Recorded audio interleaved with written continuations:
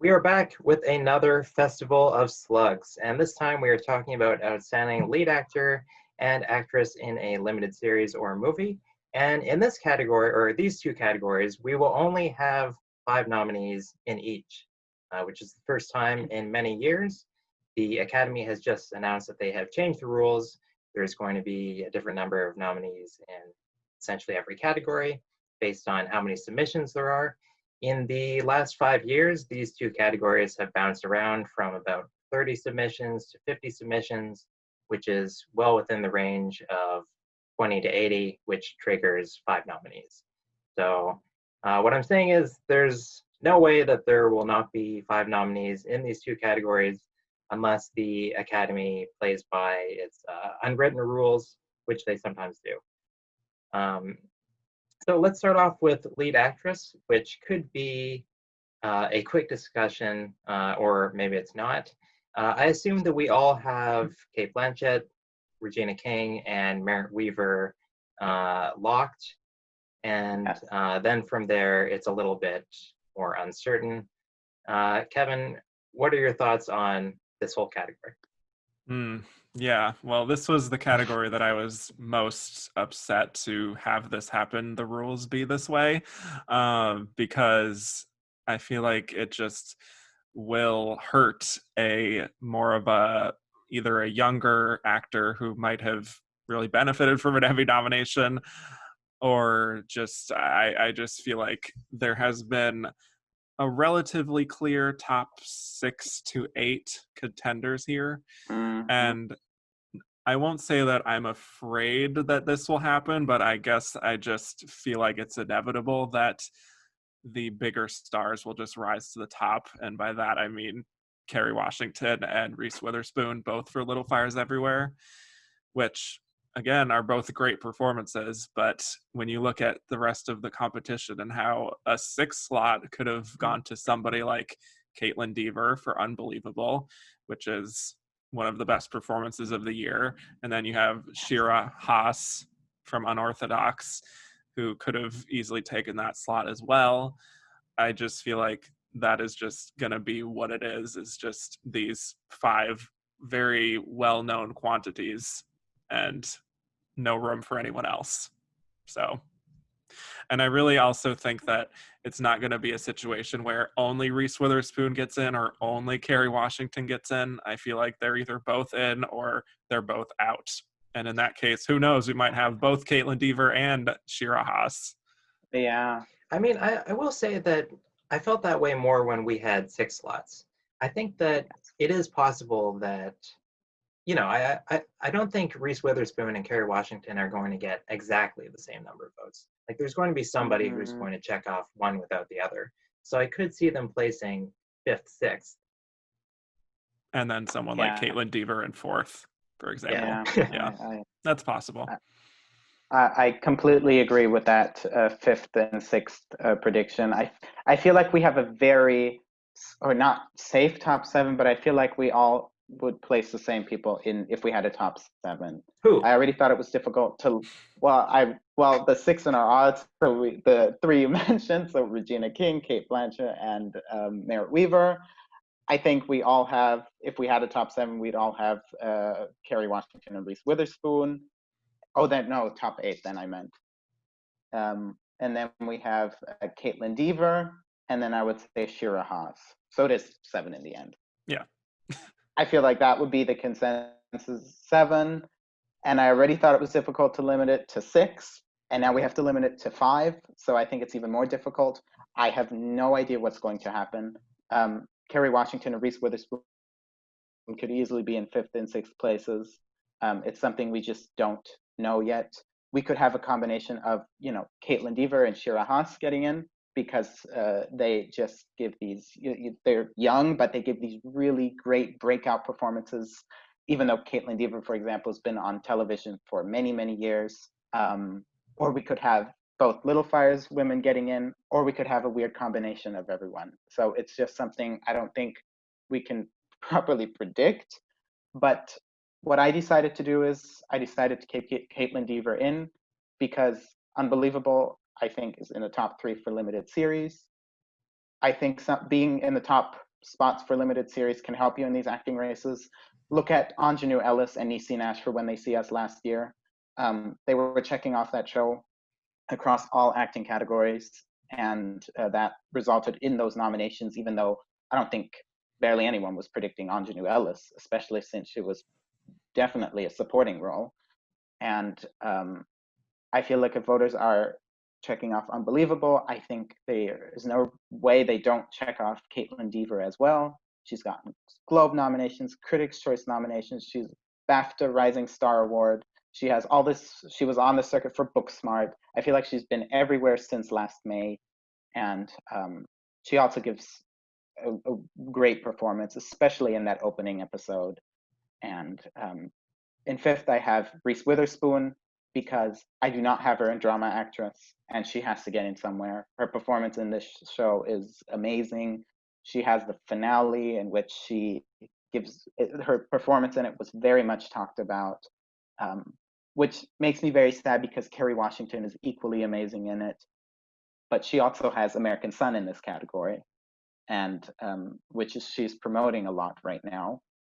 So she could split her own vote, even though, as we've mentioned many times before, there's no reason why, since voters can check off as many performers as they want. Bottom line, it's a very difficult race, or difficult to predict. I feel like we could see the rules change very quickly if we see Reese Witherspoon get nominated and not Kerry Washington. Yeah, I know what you mean. Yeah, I agree. absolutely. Yeah, but I think that is sadly more of a likelihood. I mean, Mm-hmm. Reese Witherspoon has certainly just been in this business and worked with so many people, and has an Oscar and won an Emmy for Big Little Lies, and has just more of a pedigree than Kerry Washington does, even though she also has a phenomenal pedigree herself. It's just, right. in terms of awards conversations, Reese Witherspoon has been in those discussions longer, and I think just familiarity might help her just an edge more than Kerry. The only thing I worry about with Reese is that since she is on the ballot 3 times altogether for acting, for Little Fires Here and then for Big Little Lies in the Morning Show and Drama Actress, sometimes it just happens that they split their own vote across categories, where I'm sure there are actors who do not, or voters who do not want to check her off 3 times for 3 different projects. That's not saying that there aren't people out there who would do that, but I always fear for someone when they're on the ballot so many times that it could be difficult for them to get in for these different projects. And Kerry Washington is a 4-time Emmy nominee, we should probably mention. So it's not like she hasn't been able to get in before, but it's just very difficult to predict which one of them would get in. So the safest thing to do is probably to just predict both of them and to not predict Caitlin Dever and Shira Haas.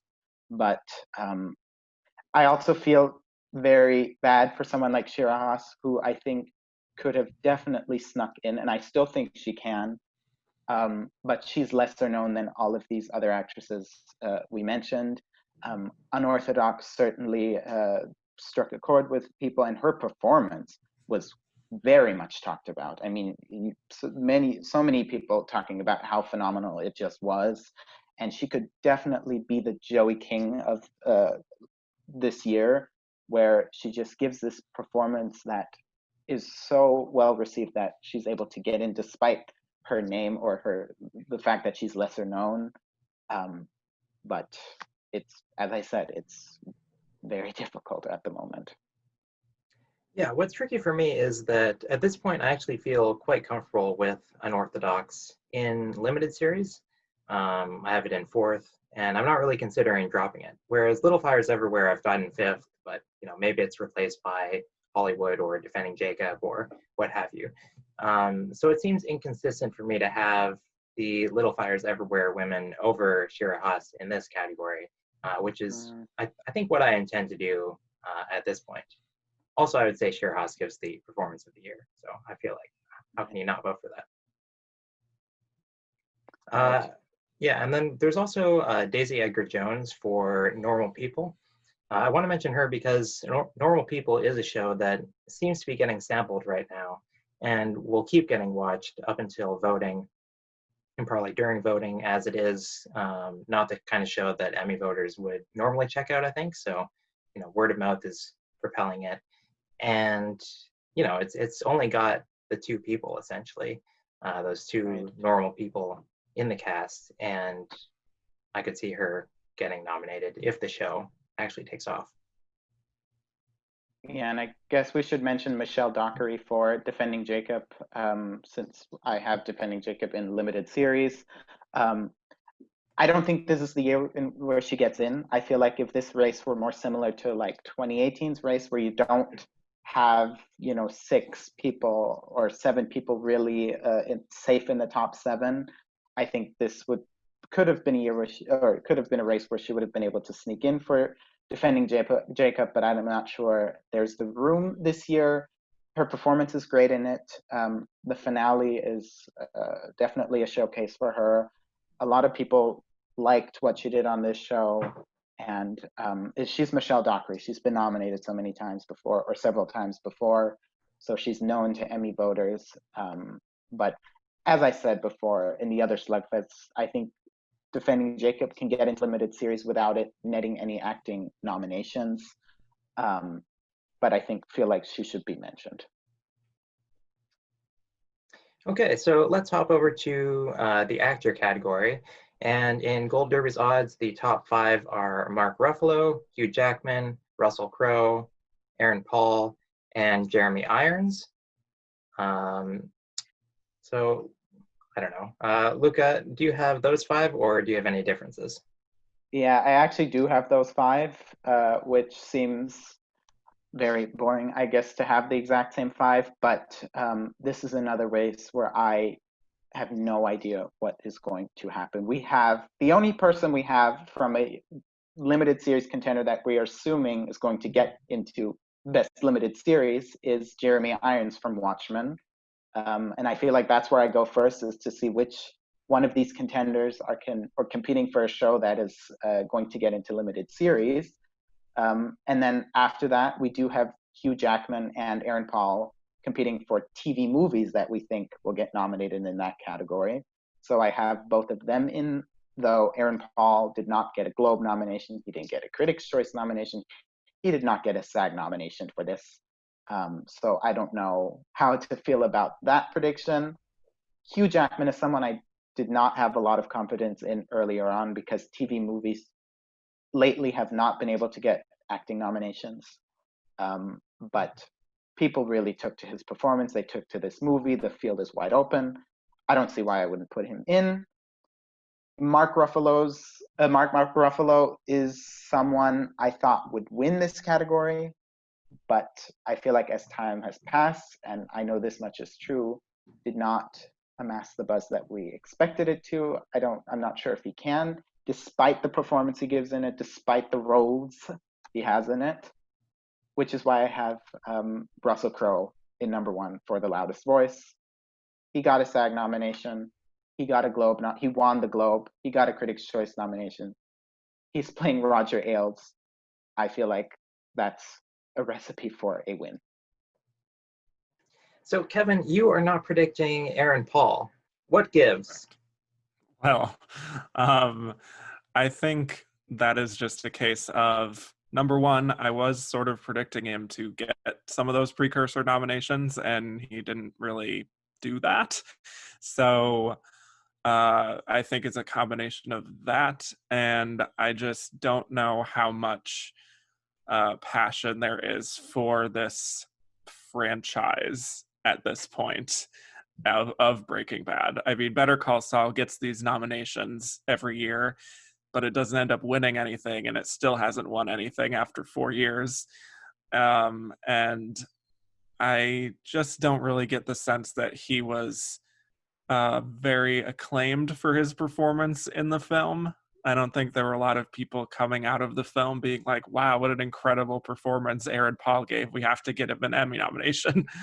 And so that is why my alternative to that is Paul Mescal for Normal People, who people have really he's been one of like the discoveries of this spring TV season. again, especially on Twitter, there's a lot of love for him there.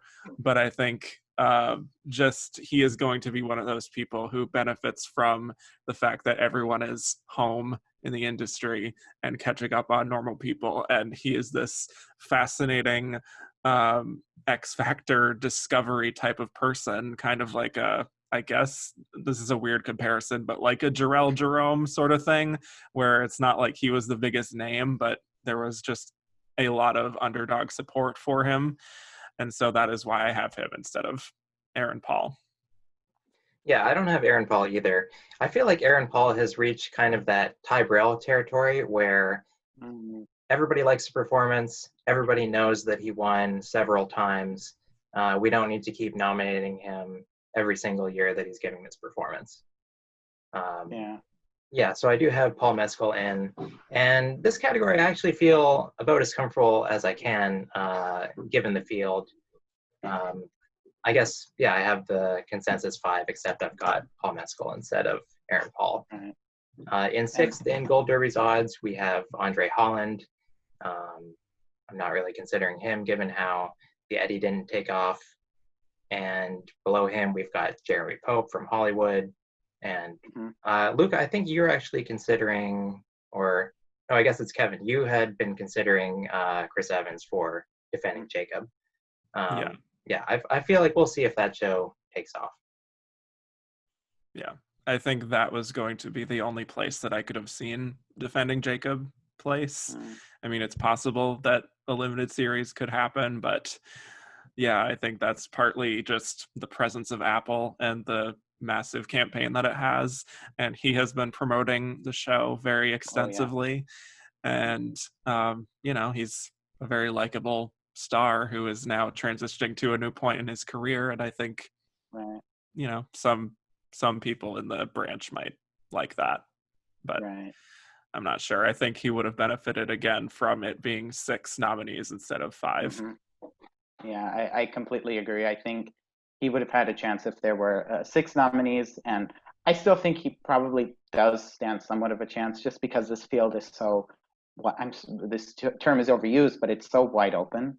We just have, it's not like in other categories where we feel confident with 4 to 5 of these people. So he could sneak in. I wouldn't be surprised, especially if defending Jacob does get into limited series.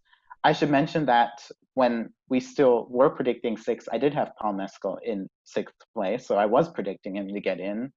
He has definitely been the talk of, for example, Twitter. I feel like he has been gaining so much buzz, and it's also about his performance that people have really been talking about. It's been said that it's very natural, that it's extremely good, and that's something that can really just help you get into this race, especially with, you know, we have Aaron Paul in contention where we're just not quite sure how much people actually loved this movie or his performance in that movie. And I think that could definitely benefit someone like Paul Mescal. If Hollywood overperforms, if it's actually something the TV Academy gravitates toward, then we shouldn't be surprised to see Jeremy Pope in or David Corenswit in, because they're the leads of the show. And Jeremy Pope is also someone who has been a rising star for a few years. He's a Tony nominee. His character might really resonate with a lot of people in his character in this show.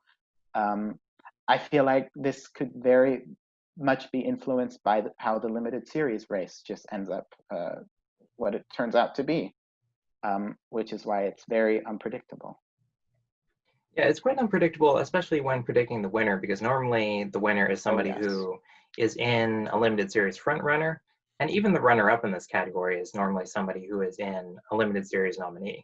Whereas it feels like only Jeremy Irons will be getting in out of the limited series nominees, especially with so many of them being female-centric. Exactly. That's a very important factor this year, is that the top 3 limited series nominees are female-centric. And even though we have Jeremy Irons in here, even if he were nominated, I wouldn't necessarily predict him to win. I feel like this is where the one category we would have to make an exception and predict someone who's not nominated for a limited series, or someone contending for a show that isn't nominated for limited series. Yeah, because he's sort of a borderline case of lead and supporting to begin with. Right.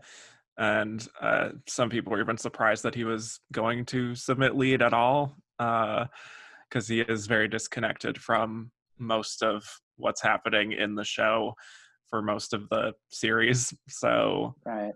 yeah, that would be a case of, yes, he is in a top 3 show, but I don't know if there's going to be a lot of urgency to get him the win there. Right. And that is why I think probably someone like Hugh Jackman is probably a soft front runner at this point. But there could be the Paul Mescal Exactly, X factor yeah. that I mentioned earlier that could just make him rise to the top for all we know. If he gets in, it says a lot about how much passion there is for him, because if they're really, we're presuming that there are 5 slots, and if he really does get into these 5 slots, I think then the nomination is very much the hurdle for him. If Normal People gets nominated for limited series and he gets in, then I think we really need to take him into consideration and consider him for the win. But that is something that's, still further away. We have to see how the show does overall. And if he makes it in at all. I just feel like my feed the last several months has been, coronavirus, Black Lives Matter, and Paul Mescal smoking a cigarette. Yeah, it has. Absolutely.